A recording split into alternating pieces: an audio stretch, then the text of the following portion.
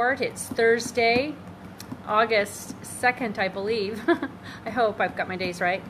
Anyways, a great day in court. Lots of testimony from different officers, both FBI and OSP. We also had a FBI agent of 47 years who has taught training and in forensic training and all kinds of training for 47 years all over. He was very, very interesting. I wish I could repeat to you everything he had to share with us. But one of the highlights of his testimony was, is it normal, is it protocol for FBI agents to pick up anything at the scene of an incident or a crime or an officer-involved shooting, whichever word you want to use, right? No was the answer. No, it is not okay for them to be disrupting evidence at a crime scene or at the scene of this officer-involved shooting.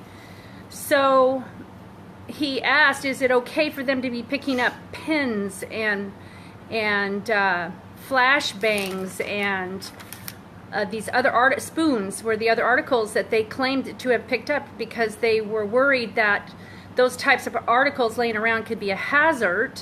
And he said, no, it is not okay for them to be even picking up those things in an officer-involved shooting. Whether it's an OSP officer or an FBI officer, it didn't matter.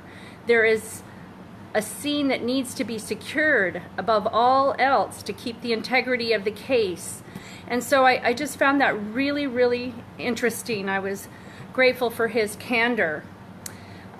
He was also asked,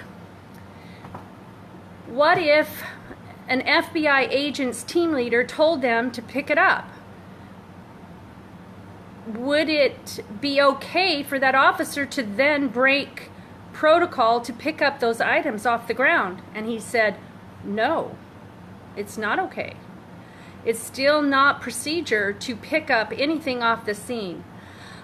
We also watched video after that again today. Oh my goodness, that video is so clear.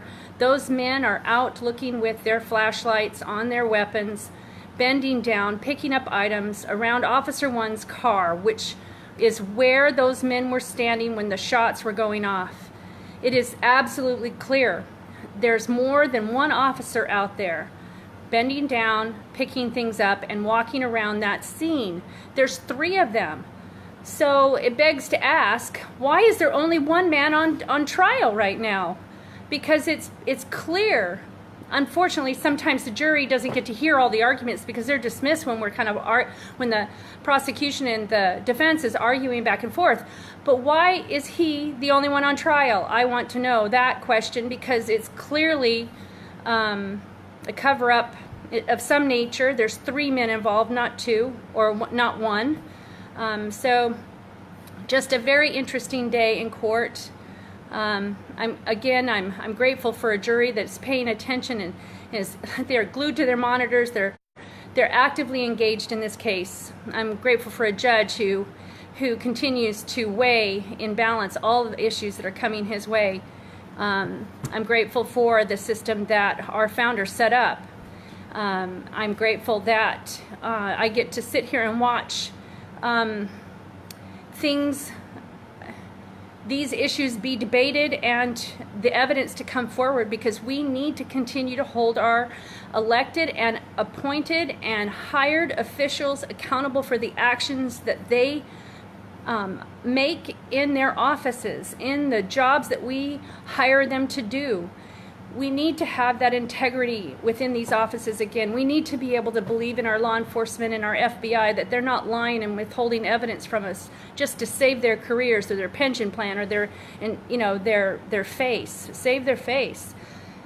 That's not acceptable. If you have a bad apple, get rid of them before the whole barrel is bad. And we're watching in Washington how that is so applicable right now. Look at all of these top officials, how the choices that they have continued to make in these jobs that they hold. It's not acceptable. America, we need to do better. We are the ones that have to hold them accountable. We are the ones responsible for that. And I hope that I am doing my part I am surely trying to do my part by holding them accountable. God bless. Tomorrow's another day. We'll be back in the courtroom. Love you all.